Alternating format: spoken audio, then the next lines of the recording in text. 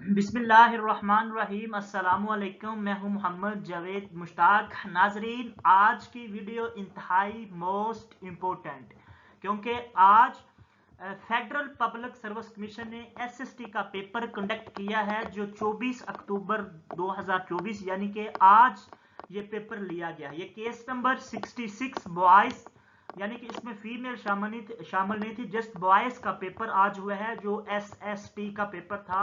Federal public service commission ने इस paper को लिया है। इंतहाई मोस्ट इंपोर्टेंट पेपर। हम तमाम तर सवालात जो पेपर में आए हैं, हम तमाम तर सवालात इस वीडियो में आपको बताएंगे और एक्सप्लेनेशन के साथ बताएंगे, क्योंकि आने वाले वक्त में बहुत सी पेपर होने जा रहे हैं। टीजीटी के हैं, इसके साथ साथ फीमेल के एसएसटी के पेपर हैं, इसके अलावा लेक्चरार के पेपर होने जा रहे हैं, इसके साथ साथ सिंध के पेपर होने जा रहे हैं और लेक्चरार की सीट्स आई हुई हैं, सिंध में भी आई हुई हैं और बलूचिस्तान और केपी के में भी आई हुई है। वो तमाम के तमाम पेपर जो आने वाले वक्त में होने हैं, उसके लिए ये वीडियो इंतहाई मोस्ट इंपॉर्टेंट है। इंशाल्लाह आपको बहुत फायदा होगा।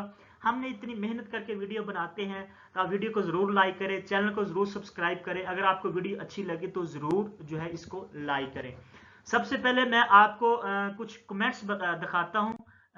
ये स्क्रीनशॉट देख लें। ये भाई कह रहे हैं कि सर, जो आज का जो पेपर ऑलमोस्ट जो आपने एमसीक्यूज हमें दिए थे, फाइल दी थी, वो तमाम तर पेपर उधर से आया हुआ है। ये आज मुझे मेरे एक स्टूडेंट्स हैं, उन्होंने मुझे ये चीजें बताई, क्योंकि इनको साथ में साथ साथ गाइड करता रहता था। ये आप देख सकते हैं मेरी वीडियो सॉरी वॉइस जो है, इनको मैं सेंड करता रहता था जो भी इनका क्वेश्चन होता था।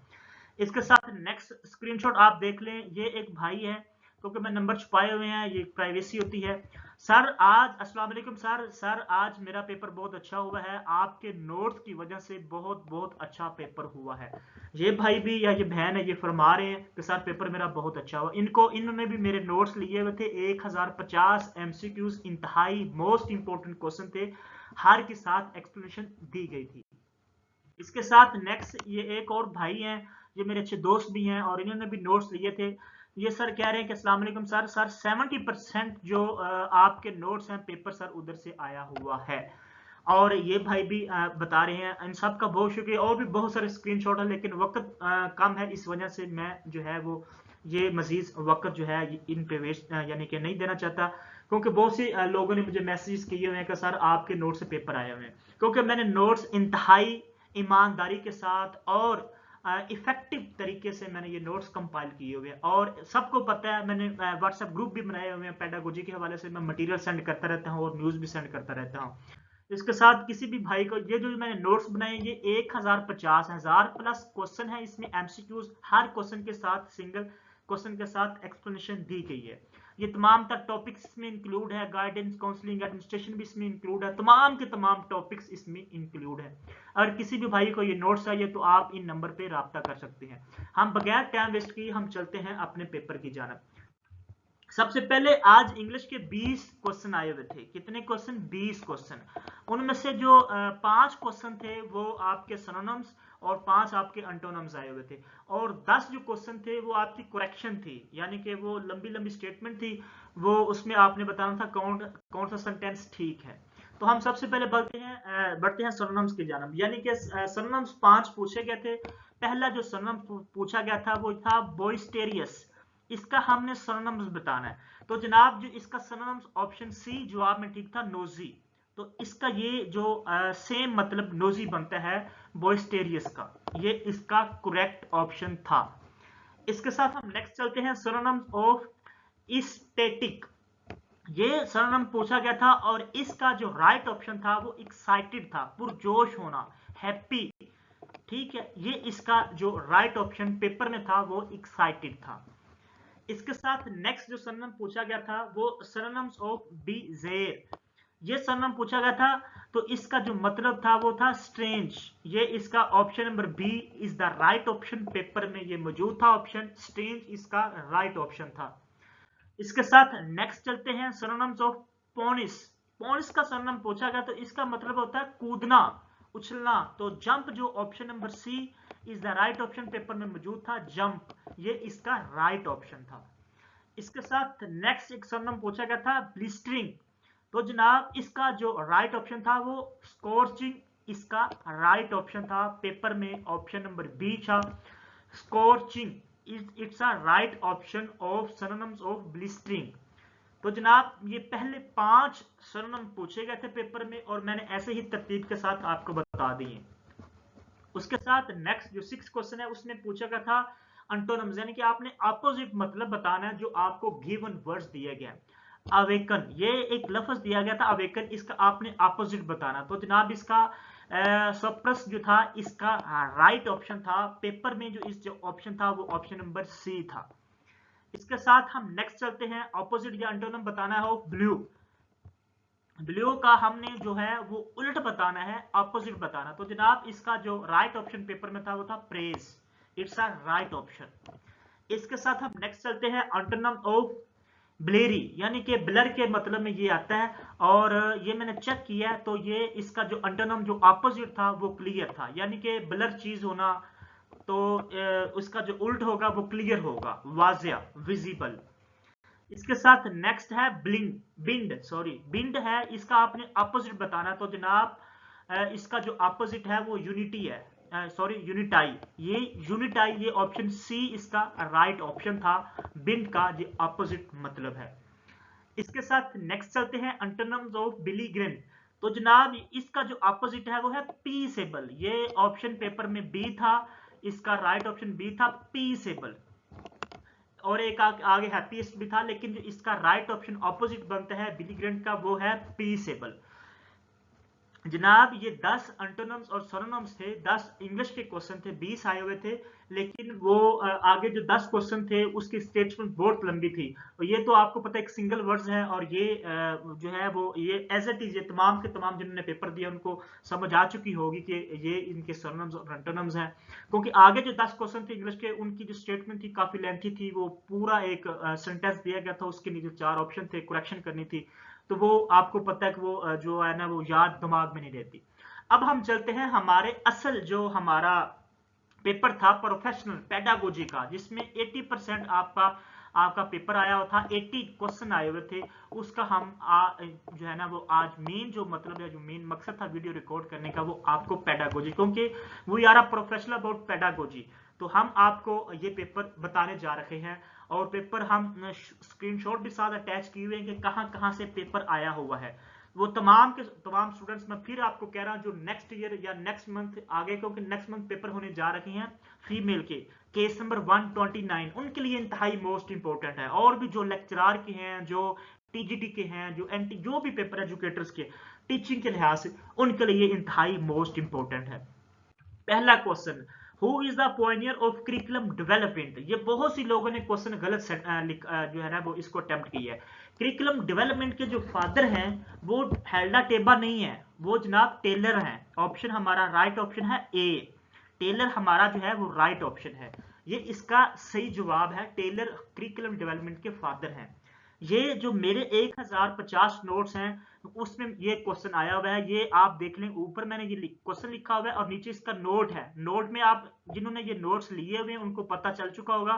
फादर ऑफ करिकुलम डेवलपमेंट जो जनाब हमारे राफिया टेलर जो है, ये हमारे करिकुलम डेवलपमेंट के फादर है। ये जो मैंने आपको ये स्क्रीनशॉट लगाया, ये 1050 MCQs जो फाइल है उसका ये स्क्रीनशॉट लिया गया है। इसके साथ नेक्स्ट क्वेश्चन चलते हैं, which is the feature of curriculum. तो करिकुलम का जनाब क्या फीचर है, स्ट्रक्चर्ड, अनस्ट्रक्चर्ड, फ्लेक्सिबल या नन ऑफ दीज। तो जनाब सबको पता होगा, ये इजी क्वेश्चन, आसान क्वेश्चन था। फ्लेक्सिबल जो है इसका राइट ऑप्शन है। आगे चलते हैं, ये आप देख लें कि जो करिकुलम के हवाले से जो मैंने जो स्क्रीनशॉट लगाया है, ये इंतहाई मोस्ट इंपोर्टेंट टर्म है। ये नेचर ऑफ करिकुलम भी पेपर में आया हुआ था, क्रिटिकल क्रिएटिव और कंजर्वेटिव, ये भी पेपर में क्वेश्चन आया हुआ था। और ये फ्लेक्सिबल वाला क्वेश्चन भी आया हुआ था। ये मैंने वो तमाम की तमाम एक्सप्लेनेशन दी हुई है जो पेपर का हिस्सा है। इसके साथ हम नेक्स्ट चलते हैं, कौन ऑफ एक्सपीरियंस गिवन बाय। ये क्वेश्चन पेपर में आया हुआ था। तो जनाब इसका ऑप्शन नंबर ए, मैंने एज इट इज ऑप्शन लिखे हैं जैसे पेपर में मौजूद थे, ताकि किसी को के बहुत से यूट्यूबर होते हैं जो जस्ट जवाब लिखते हैं। जवाब लिखने से स्टूडेंट्स की क्लैरिटी नहीं होती जब तक आप चारों ऑप्शन नहीं देंगे। चारों ऑप्शन देंगे तो स्टूडेंट्स के दिमाग में कुछ चीजें क्लिक करेंगी कि वो इफेक्टिव वे में जा रहा है। तो जनाब जो इसका राइट ऑप्शन था, क्योंकि कोन ऑफ एक्सपीरियंस के जो फादर हैं वो डेल हैं। ये भी जो मेरे नोट्स हैं जो मैंने बनाए उन्हें 1050, उसमें से ये क्वेश्चन क्या लो लिया गया या उनमें से क्वेश्चन आया। ये देखो कि who classified the learning experience in 3 forms including direct experience. ये क्वेश्चन पीपीएससी 2020 में भी आया हुआ था, ये भी एगर डेल साहब है। और नीचे मैंने नोट लिखा हुआ है, नोट क्यों लिखा हुआ है, इंतहाई most important, Edgar Dale the father of cone of experience. समझ आ रही है आप सबको? जिन्होंने ये नोट्स लिए हैं और एक्सप्लेनेशन के साथ इनको पढ़ा, उनको समझ आ चुकी होगी, उनका पेपर बहुत अच्छा होगा और इसलिए वो मुझे मैसेज कर रहे हैं। ये जो फादर है वो जनाब एगर डेल साहब है। इसके साथ नेक्स्ट चलते हैं, curriculum is drive the word, यानी कि करिकुलम जो है ये किस लफ्ज से मिलकर बना है, तो जनाब ये एक लैटिन वर्ड है। ये जवाब हमारा सी इज द राइट ऑप्शन। ये मैंने पूरी तफसील लिखी हुई है एजुकेशन करिकुलम के पोर्शन में, ये देख लो कि करिकुलम का क्या मतलब है। ज्यादा हम तेजी से जाएंगे क्योंकि वीडियो लंबी ना हो जाए। यहाँ पे ये आप देख सकते हैं जो करिकुलम है एक लैटिन वर्ड है, curriculum derived from a Latin word. और आगे मैंने पूरी एक्सप्लेनेशन दी हुई है, कोर्स ऑफ स्टडी क्या क्या मतलब है और क्या किसको कहते हैं, ये तमाम की तमाम चीजें मैंने ये दी हुई हैं, आप इसको देख सकते हैं। इसके साथ नेक्स्ट चलते हैं, learning by doing firstly introduce. तो जनाब डेवी इसका है, सबको पता है ये लर्निंग बाय डूइंग जो है प्रोजेक्ट मेथड में आती है और प्रोग्रेसिव का हिस्सा है, प्रैग्मेटिज्म का हिस्सा जो फिलोसफी है, ये डेवी ने दी है। ये भी क्वेश्चन ये इसी स्लाइड से मेरी जो क्वेश्चन थे 1050 उनमें से लिया गया है, आप देख सकते हैं। लर्निंग बाय डूइंग जो है इसके जो फादर है वो जनाब जॉन डेवी साहब है, जो प्रैग्मेटिज्म के भी फादर है। वो इंतहाई most important term John Dewey के हवाले से मैंने ये लिखी है, जिन्होंने नोट्स लिए उनको बहुत फायदा हो चुका होगा। इसके साथ नेक्स्ट चलते हैं, अगर किसी भी भाई को नोट चाहिए तो आप इस मेरे व्हाट्सएप नंबर पर कॉन्टेक्ट कर सकते हैं। The philosophy perennialism related to which philosophy, ये क्वेश्चन आया हुआ था। तो जनाब इसका जो राइट ऑप्शन था वो था realism. Realism is the right option, क्योंकि प्रीनियलिज्म जो है ये रियलिज्म से मिलती जुलती है। इसके साथ नेक्स्ट क्वेश्चन है, which is the highest level of solo taxonomy.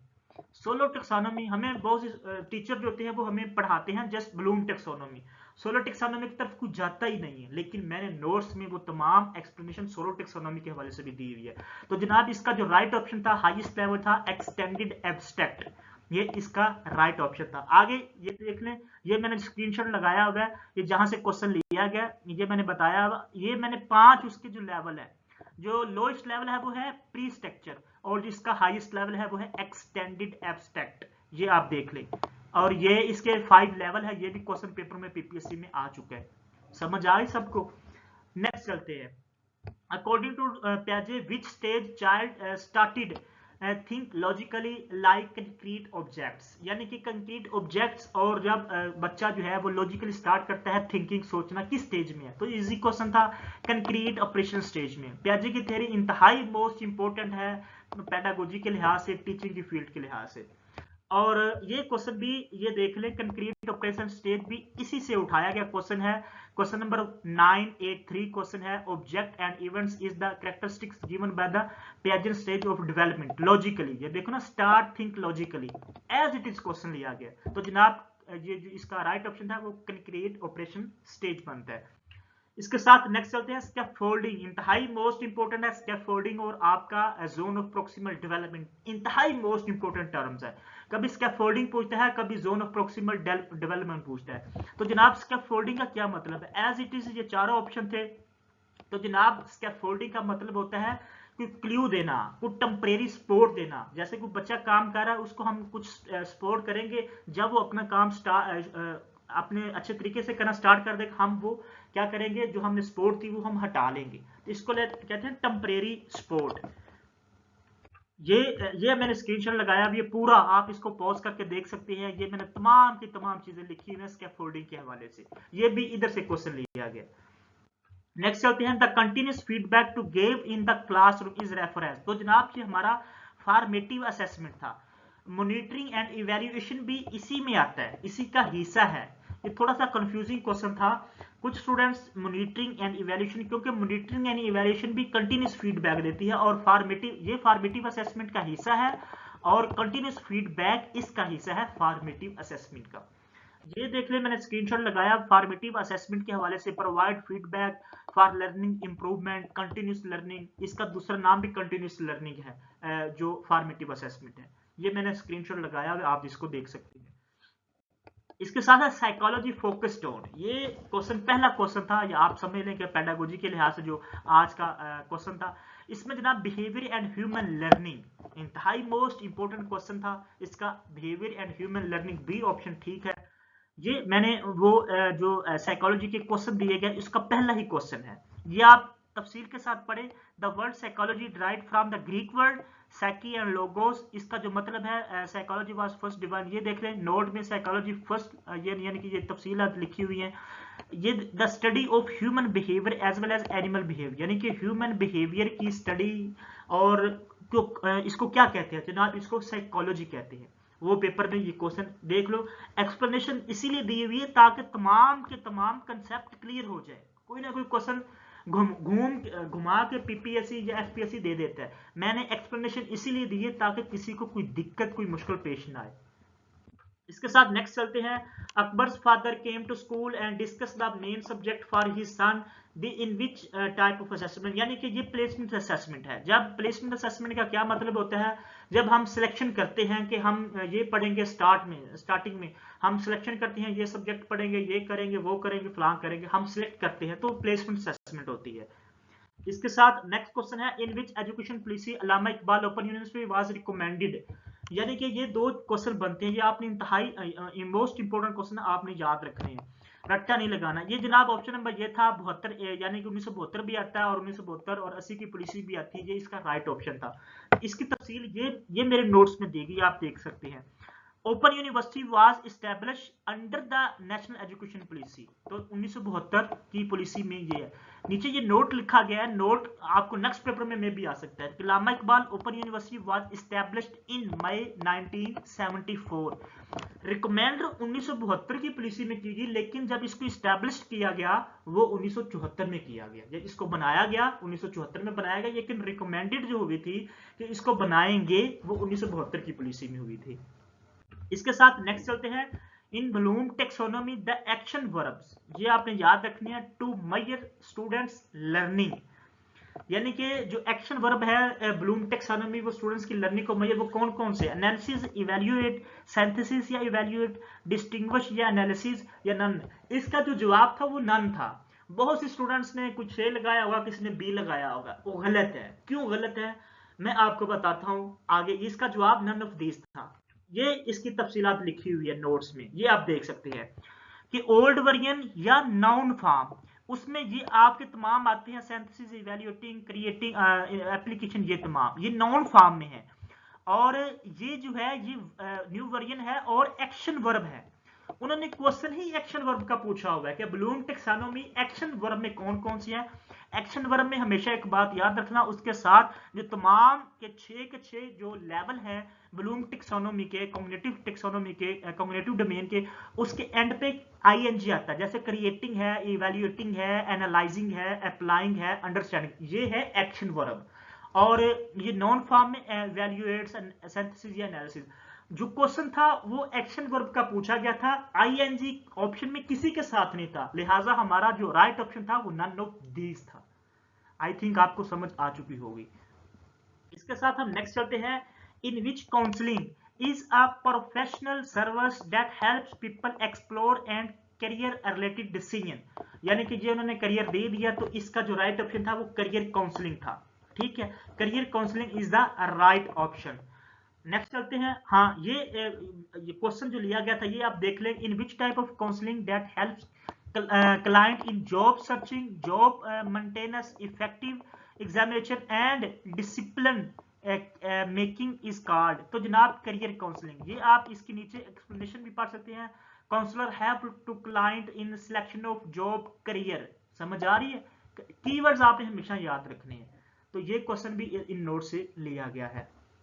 इसके साथ हम नेक्स्ट चलते हैं। In which counselling type how explore thoughts, feeling and behaviours in presence of others is called, ये दूसरों के साथ हम कंपेयर कर रहे हैं उनकी फीलिंग्स, इन्वायरमेंट, तो जनाब ये हमारा सोशल लर्निंग, ये इज द हमारा राइट ऑप्शन है सोशल लर्निंग। अगर किसी स्टूडेंट को कोई दिक्कत आ रही है, समझ नहीं आ रही, वो मेरे से कमेंट्स में क्वेश्चन पूछ सकता है। इसके साथ नेक्स्ट क्वेश्चन है 27। कॉग्निशन इज अ प्रोसेस, इंतहाई मोस्ट इंपॉर्टेंट, इंतहाई इजी क्वेश्चन है। कॉग्निशन आप सबको पता है मेंटल लेवल से होता है, नोइंग जानना और मेमोराइजिंग। ये इसका राइट ऑप्शन ए है। और ये स्क्रीनशॉट मैंने लगाया है कॉग्निटिव डेवलपमेंट के हवाले से, ये आप इसको रीड कर सकते हैं। वीडियो ज्यादा लंबी हो रही है, इसलिए ये आप रीड करेंगे आपको समझ आ जाएगी कि नॉलेज, अंडरस्टैंडिंग, नोइंग, मेमोराइजेशन सारे इसी में आते हैं कॉग्निटिव डेवलपमेंट में, ठीक है। इसके साथ हम आगे चलते हैं। In which development the students explore behaviour and mental process, mental process, फिर ये क्वेश्चन आ गया। तो जनाब ये कॉग्निटिव डेवलपमेंट है जो मेंटल प्रोसेस को एक्सप्लोर करती है, समझ आ गई। इंशाअल्लाह माइंड से है, थॉट से है, नॉलेज से है, ठीक है। ये कॉग्निटिव डेवलपमेंट इसका राइट ऑप्शन था। इसके साथ नेक्स्ट चलते हैं। The minimum professional degree during in Pakistan, duration in sorry duration, यानी कि ये क्वेश्चन ये कह रहा है जो प्रोफेशनल डिग्री है, प्रोफेशनल डिग्री कौन सी है, बीएड, ठीक है। बीएड हमारी प्रोफेशनल डिग्री है जिन्होंने टीचिंग की फील्ड में जाना है। अगर उन्होंने प्रोफेशनल डिग्री साथ की है तो वो अप्लाई कर सकते हैं या टीचिंग की फील्ड में जा सकते हैं। उसका वो पूछ रहा है कम से कम दौरानिया क्या होता है, थोड़ा सा दौरानिया। तो जनाब 1.5 ईयर, आपने सुना होगा कि यार इन्होंने 1.5 ईयर बीएड किया हुआ है। बीएड एक ऑनर्स होता है, एक 1.5 ईयर होता है, शॉर्ट लॉन्ग। ऑनर्स में 4 साल होते हैं और इसका उन्होंने ये पूछा था मिनिमम, यानी कि थोड़े से थोड़ा जो ड्यूरेशन होती है प्रोफेशनल डिग्री की वो 1.5 year is the right option. ये आपने याद रखना है। इस तरह के क्वेश्चन बहुत ही पेपर में रिपीट हुए हैं। वेब, ये एक बंदे का नाम है, ठीक है। ये क्वेश्चन आपके लिए gave taxonomy the depth of knowledge, ये इन्होंने DOK दिया है। डी, ये शॉर्टर में पूछता है DOK, इसका जो मतलब है वो है डेप्थ ऑफ नॉलेज। ये मैंने लिखा डेप्थ ऑफ नॉलेज। क्वेश्चन ऐसे आता है बिलोंग टू विच कंट्री, ये पूछ रहा है जो वेब है इसने एक टेक्सोनोमी दी है डेप्थ ऑफ नॉलेज, इंतहाई मोस्ट इंपोर्टेंट है, ये बंदा कहां से बिलोंग करता है। तो ये जवाब आप देंगे, ये यूके से, फ्रेंच या अमेरिकन। 2-3 क्वेश्चन आपके लिए मैं जरूर छोड़ूंगा जिसका आपने जरूर जवाब देना, ताकि आप कॉन्शियस रहे, एक्टिव रहे, आपको पता हो कि हम क्या पढ़ रहे हैं। तो इसका जवाब आप देंगे, इसका राइट ऑप्शन क्या बनता है।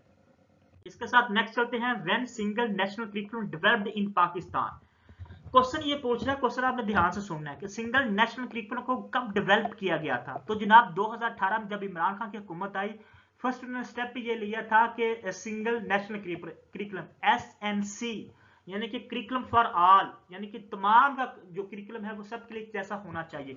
ये 2018 में इसको डेवलप किया गया था या बनाया गया था, ये डिजाइन किया गया था, लेकिन जो इंप्लीमेंट हुआ था वो हुआ था 2021 में। ये आपने याद रखना है, ये डेवलप 18 में हुआ, इसको इंप्लीमेंट किया गया प्राइमरी क्लासेस तक वो 2021 में। इसके साथ नेक्स्ट क्वेश्चन है which is the broader scope in teaching and learning, यानी कि ये 3-4 टर्म दी गई, इनमें से सबसे ब्रॉडर टर्म कौन सी है। तो जनाब स्कीम ऑफ स्टडी है, कोर्स है, करिकुलम। करिकुलम ऑलवेज ये इंतहाई को कह सकते हैं इजी क्वेश्चन है। Curriculum is a broader term in scope. इसके साथ नेक्स्ट है in which year revised graduate programme started by HEC, अभी 1 साल पहले 2023 में HEC ने तमाम तर ग्रेजुएट का जो प्रोग्राम है उसको क्या किया है, रिवाइज्ड किया। उन्होंने बहुत सी यानी प्रोग्राम खत्म भी कर दिया 2 साल, यानी किस तरह का 2 साल BA खत्म हो गया, उन्होंने रिवाइज्ड किया। किस साल में, 2023 में। इसका राइट ऑप्शन 2023 बनता है। इसके साथ what is the logo of 1992 education policy of Pakistan, मैंने एजुकेशन पॉलिसी बहुत एक कह सकते हैं कि कंसाइज तरीके के साथ मैंने बताई हुई है, डिटेल के साथ मैंने बताई हुई है अपने नोट्स में। तो जनाब 1962 की पॉलिसी का जो लोगो था वो था the education right for every individual, ये इसका राइट ऑप्शन था। इसके साथ नेक्स्ट चलते हैं in which assessment and testing measure the students in USA like ETC, यानी कि ये पूछ रहा है कि वो कौन सी पाकिस्तान का पूछ रहा है वो कौन सी असेसमेंट है या कौन सी टेस्टिंग है जो हम स्टूडेंट्स को मेजर करते हैं, जैसे कि USA में होता है ETC।